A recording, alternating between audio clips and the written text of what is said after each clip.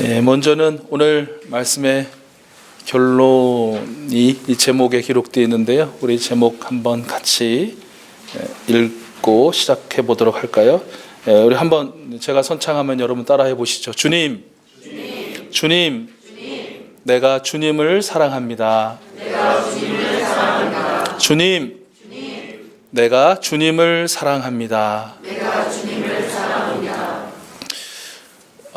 새해를 며칠 앞두고 저에게 참으로 가슴 아픈 일이 있었습니다.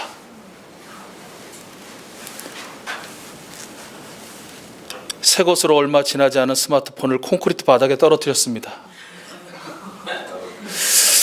케이스의 보호를 받지 못하고 액정에는 벌써 한숨을 쉬시네요. 여러 금이 가고 흠집이 생기고 말았습니다. 마치 제 얼굴이 찢겨지고 제 얼굴에 상처가 나는 듯 마음이 아팠습니다. 아마 경험이 있는 분들은 공감하실 것입니다.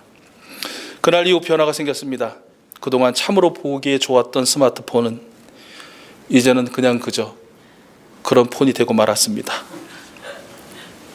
일을 겪으면서요, 아주 오래전 처음으로 새 차를 탔던 때가 또 떠올랐습니다.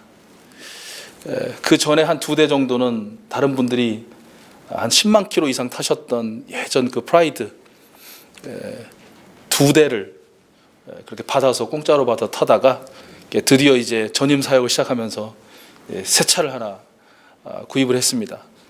비록 아주 작은 소형차였지만 새 차라는, 내 차라는 그런 감격에 얼마나 애지중지했는지 모릅니다. 군대식 표현으로 날마다 닦고 조이고 기름치는 그런 사역을 했었습니다. 타기만 하면 들어오는 불이 어쩜 그렇게 예쁘고 환상적인지 버튼 하나하나의 촉감이 다르고 감격했던 그런 차였습니다. 그런데 지금도 잊어버리지 않습니다.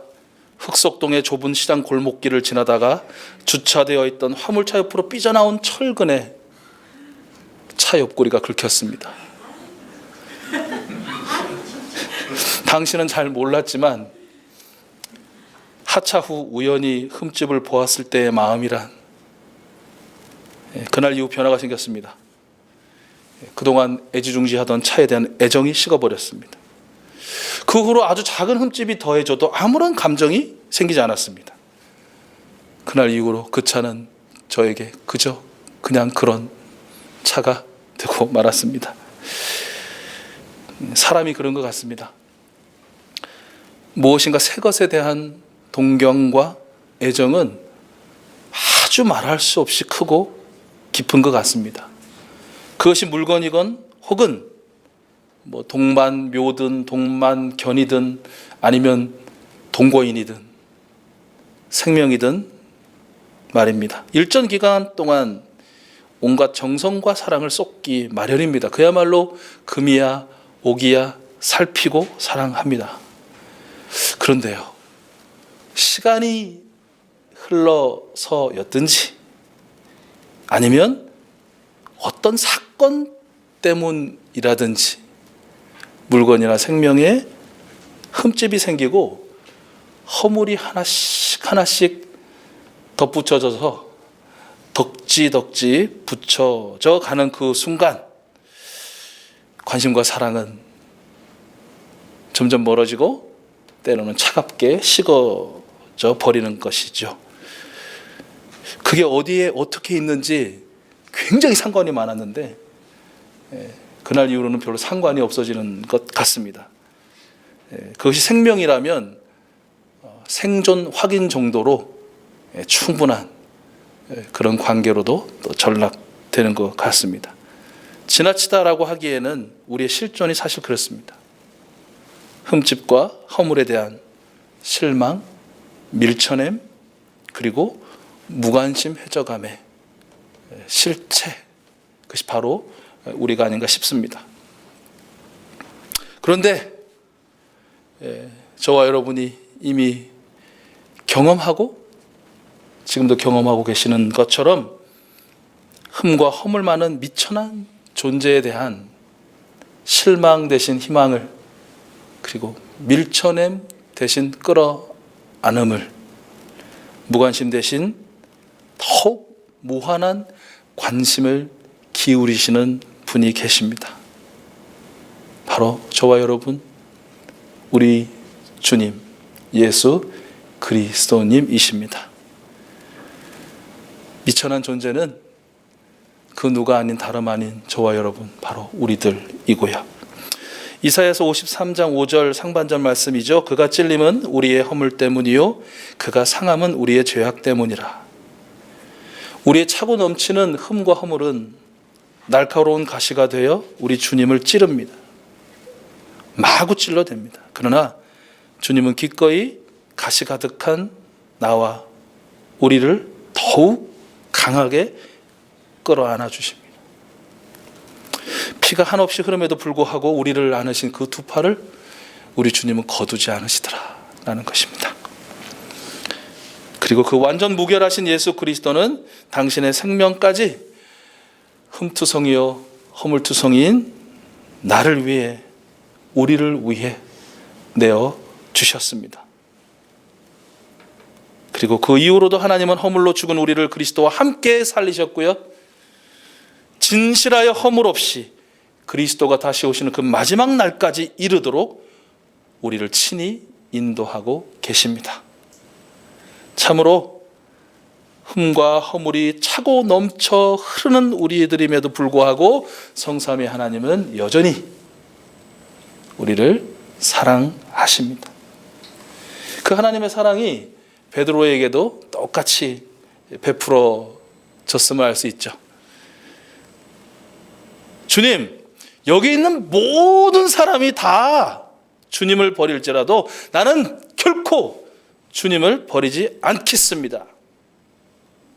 주님, 내가 죽을지언정, 내가 주님과 함께 죽을지언정 결코 주님을 부인하지 않겠습니다. 이게 베드로의 호언장담이요 맹세입니다. 여러분 저러나 잘 아시죠? 이 호언장담과 맹세가 있은 지 겨우 몇 시간도 안 지났어요. 어떻게 보면 한두 시간이라고도 할 수 있을 것 같습니다. 베드로는 다시 강한 어조로 또 다른 맹세를 하고 있습니다. 마태복음 26장 69절에서 74절의 말씀인데요. 베드로가 안뜰 바깥쪽에 앉아 있었는데 한 하녀가 그에게 다가와서 말하였다. 당신도 저 갈릴리 사람 예수와 함께 다닌 사람이네요. 베드로는 여러 사람 앞에서 부인하였다. 나는 네가 무슨 말 하는지 모르겠는데. 그리고 나서 베드로가 대문 있는 데로 나갔을 때 다른 하녀가 그를 보고 거기에 있는 사람들에게 말하였다. 이 사람은 나사렛 예수와 함께 다니던 사람입니다. 그러자 베드로는 맹세하고 다시 부인하였다. 나는 그 사람을 알지 못하오. 조금 뒤에 거기 서 있는 사람들이 베드로에게 다가와서 베드로에게 말하였다. 당신은 틀림없이 그들과 한패요. 무엇보다 당신의 말씨를 들어보니 당신이 누군지 분명히 드러납니다. 그때 베드로는 저주하며 맹세하며 이렇게 말하였습니다. 나는 그 사람을 알지 못하오. 마치 주님을 결코 부인하는 삶을 살지 않겠습니다 라는 매일의 다짐 또는 매 주일의 다짐 뒤로 몇 시간 지나지 않아 주님이 누구예요? 라는 삶을 사는 우리와 너무나도 같은 것이죠. 이런 베드로를 예수님이 찾아오신 것입니다. 나중에 베드로가 회개하고 가슴을 치고 예수님을 찾아간 것이 아니고 예수님이 베드로를 찾아오신 것이죠. 그리고 그의 흠과 허물을 들춰내고 찌르고 고통을 주는 복수가 아닌 그 흠과 허물을 스스로 씻어내고 덮을 수 있도록 끌어안아 주셨습니다. 요한의 아들 시몬아, 네가 이 사람들보다 나를 더 사랑하느냐? 요한의 아들 시몬아, 네가 나를 사랑하느냐? 요한의 아들 시몬아, 네가 나를 사랑하느냐? 여러분, 사랑하는 사람이 사랑을 물을 수 있습니다. 사랑하는 사람이 사랑하느냐고 물을 수 있는 것입니다. 사랑하지 않는 사람은 누군가에게 나를 사랑하냐고 물을 자격도 없고 물을 수도 없는 것입니다. 그 물음에 힘이 없는 것이죠. 아무런 느낌도 느낄 수가 없는 것이에요. 그러나 나를 사랑하는 그 이가 당신도 나를 사랑해요? 라고 묻는 그 말에는 부끄러움도 느껴지고 또 가슴 칠 만큼의 후회도 느껴지고 그리고 사랑하지 않을 수 없는 그런 힘이 있는 것이죠. 베드로를 사랑하시는 예수님이 그렇게 베드로에게 물으신 것입니다. 네가 나를 사랑하느냐? 허물 많은, 아니 온통 허물뿐인 베드로를 사랑하시는 예수님은 베드로가 이 사람들보다 그리고 여기 있는 모든 것들보다 더 예수님을 사랑하는지 그렇게 뜨겁게 물어보셨고요. 물으시는 주님께 한없이 부끄러울 수밖에 없는 존재로 감히 사랑한다고 말할 수 없는 베드로가 선택한 것이 바로 주님, 제가 주님을 사랑하는지 주님이 아십니다.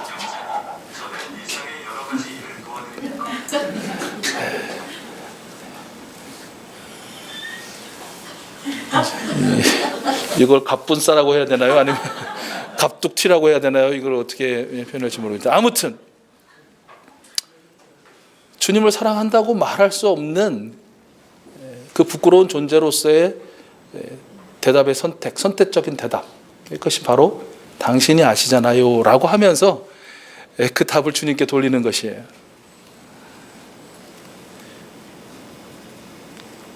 예수님은 3번이나 반복한 이 베드로의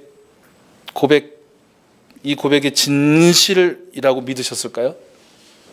한번 여러분이 예수님께 한번 감정이입을 한번 해보시죠.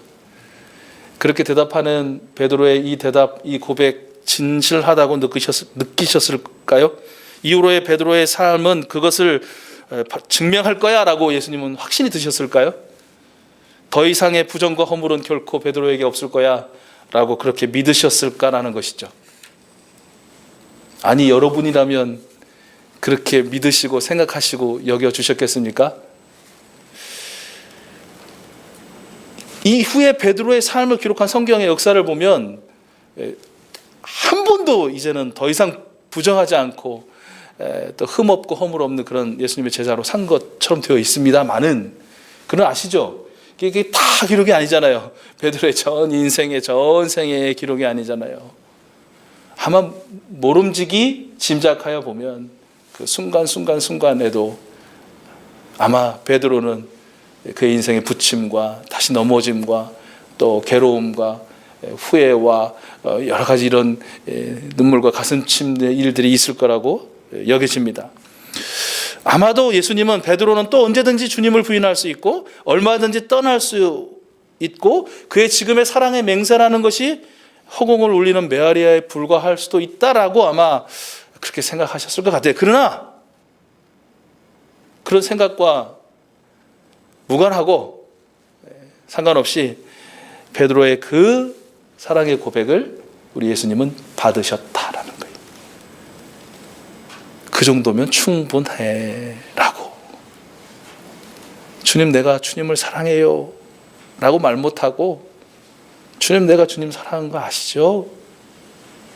이 고백도 충분해. 그렇게 주님은 받으시지 않으셨을까요? 왜 받으실 수 있었을까? 그것은 바로 예수님께서 베드로가 주님을 사랑하는 사람으로 살도록 그와 함께 하실 것이기 때문에. 사랑하나 안 하나 보자 이게 아니고 사랑하는 삶을 살 수 있도록 그와 함께 하실 것이기 때문에. 베드로의 계획, 베드로의 걸음, 베드로의 삶 전체를 예수님께서 그리시고 인도하시고 역사하셔서 그 뜻을 이루실 것이기 때문에, 그리고 그의 어떠함과 무관하게 어저께나 오늘이나 그리고 영원토록 그 베드로를 사랑하시기 때문에. 굉장히 길어서 잘 불려지지 않은 찬송가 중에 이 허물 많은 베드로를 용서하시고라는 그 가사가 붙은 찬송 아시죠? 아신다면 한번 같이 해볼까요? 허물 많은 베드로를 의심 많은 도마에게 확신 주시고, 의심 많은 도마에게 확신 주, 사랑하는 그의 제자 가슴에 안고, 사랑하는 그의 제자 가슴에 부드러운 사랑으로 품어주셨네. 부드러운 사랑으로 품어주셔. 어저께나 오늘이나 영원 무궁히, 어저께나 오늘이나 영원 무궁, 한결같은 주 예수께 찬양합시다. 한결같은 주 예수께 찬양하. 세상 지나고 변할지라도, 세상 지나고 변할지 영원하신 주 예수 찬양합시다. 영원하신 주 예수 찬양합시다.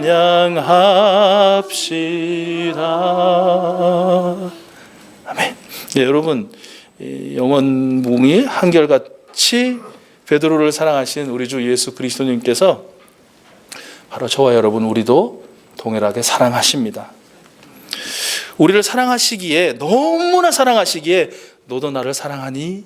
라고 예수님은 우리에게도 물으시는 것이죠. 그 예수님의 물음에 감히 예 주님, 제가 주님을 사랑합니다 말 못해 그저 베드로처럼 베드로 흉내내서 주님, 내가 주님을 사랑하는지 주님이 아십니다 라고 대답하는 우리에게, 아니 어쩌면 그렇게 대답할 수밖에 없는 우리에게 예수님, 그래 그 정도면 충분해. 내가 너의 사랑을 안다. 내가 너의 사랑을 받으마. 그리고 새롭게 허락한 2019년 한 해 동안도 내가 너를 더욱 사랑할 거야. 그리고 너의 계획, 너의 걸음, 너의 삶 전체를 내가 끌어안고 너와 함께 갈 거야. 내가 역사할 거야. 이룰 거야. 내가 너로 인하여 기뻐하고 즐거워할 거야. 우리 주님께서 바로 지금 저 여러분 우리들에게 약속하십니다. 어떤 분은 그렇게 새해를 맞는 일을 표현하기도 합니다. 우리는 2019년이라는 새하얀 도화지를 새로 받습니다. 이제 여러분이 지금부터 한 글자 한 글자 더하며 글을 써가고 한 획 한 획을 그으며 그림으로 그 도화지를 채워가게 될 것입니다 라고 말입니다. 근데 만약 이 말대로 한다면 매년 한 장씩 받으니까 우리의 인생을 돌아보면 굉장히 많은 장수의 인생의 도화지가 지금 쌓여 있을 것입니다. 여러분, 한 장 한 장을 한번 이게 들춰서 한번 되돌아보십시오. 여러분의 인생의 그 도화지 중에 어느 한 장 망쳐지지 않고 온전하고 아주 만족스러운 도화지가 있습니까? 어느 해인가는 새로운 도화지를 받아 첫 번째 획을 확 끊는 순간 아이 망쳤네. 어느 해인가의 새로운 인생의 도화지를 받아서는 첫 한 달 얼마나 그렇게 잘 쓰고 잘 그려나가는지. 근데 어느 한순간 더럽혀지고 훼손되고 구겨버려야 할 것 같고 찢어버려야 할 것 같은 그런 한 해의 인생의 도화지들이 여러분에게 또 남아있지 않으십니까? 그래서 2019년이라는 새 도화지를 받는 순간도 설렘보다는 두려움이 앞서는 것입니다. 이제 받아들었는데 여기에 뭘 또 쓰고 뭘 그리고 내가 이걸 완성해 나가야 되는데, 내가 지금까지 사는 인생 보니까 그 어떤 한 장 한 장의 그 한 해 한 해 인생에도 마음에 드는 게 있어야지. 첫날에 망치고 첫 달에 망치고 반년 만에 망치고 11월 기간 동안 너무 잘했는데 마지막 12월 잘못 그려서 망치고 다 쓰레기통에 버려야 될 것 같고 어느 누구에게 보여주기도 부끄러울 정도일 것 같아서 그렇게 쌓아놓은 도화지도 10장, 20장, 30장, 50장, 70장 가까운 많게는 80장에 가까운 분들 계실 텐데 이제 또 새로운 도화지를 받아드니 또 어떻게 그걸 또 채워가고 어떻게 또 그려나갈까 하는 두려움, 또다시 망침이나 실패가 반복될 거라는 이 불길한 생각, 한 번도 틀린 적이 없는 이 불길한 생각이 또 그렇게 한 해를 만들지 않을까, 나는 이 막 두근두근하는 두려움이 있을 수도 있을 것 같아요. 근데 여러분, 내가 본 내 인생의 도화지들이에요. 근데 그거를 한번 시간을 내셔서 이미 그런 작업을 하신 분도 계시겠지만 아직 못 하셨다면 특별히 내가 그린 그림은 다 망친 그림이다 라고 생각하신 분이 계십니다. 내가 쓴 글들은 하나도 쓸모없는 그런 글들이었다, 인생의 글들이었다고 생각하신 분들이 있다면 한번 오늘 돌아가셔서 일단은 푹 주무시고 정신을 맑게 하신 다음에 한번 다 돌아보십시오. 한 장 한 장은 여러분 쫙 펼쳐보시고 그리고 한 걸음 뒤로 물러나서 펼쳐진 여러분이 쓰고 여러분이 그렸다고 생각하는 여러분의 인생의 도화지들을 한번 쭉 연이어 살펴보십시오.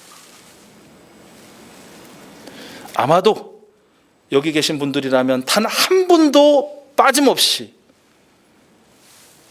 펼쳐진 그림 위로 흐르고 있는 하나님의 숨결을 느끼실 것이고 한 장 한 장 한 장은 다 헛되이 보였으나 그들이 연결되어 보였을 때 그 모든 인생의 그림에 만져지고 있는 예수님의 손길이 여러분 아마 느껴지실 것이에요. 그리고 그 글자 하나, 획 하나하나 나의 씀과 그림과는 무관하게 직접 그것들을 써가시고 만들어 가셨던 성령님의 그 역사하심을 여러분 아마 느끼실 것입니다.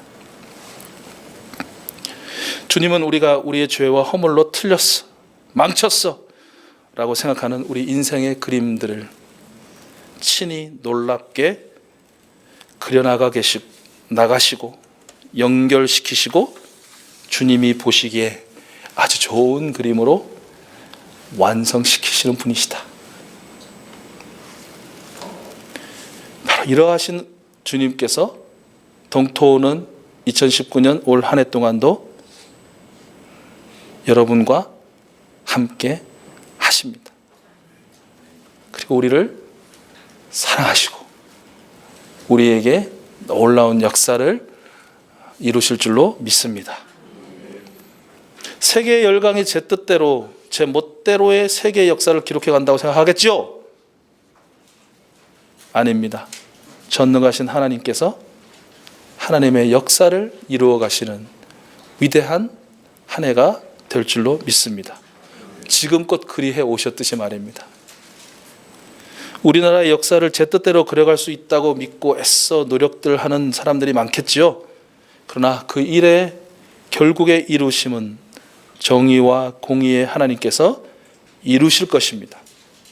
지금껏 그리하셨듯이 말입니다.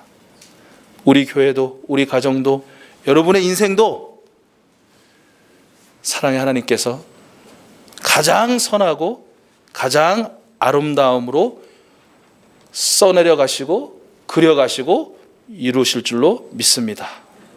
이것을 믿는 것이 주님을 사랑하는 것입니다.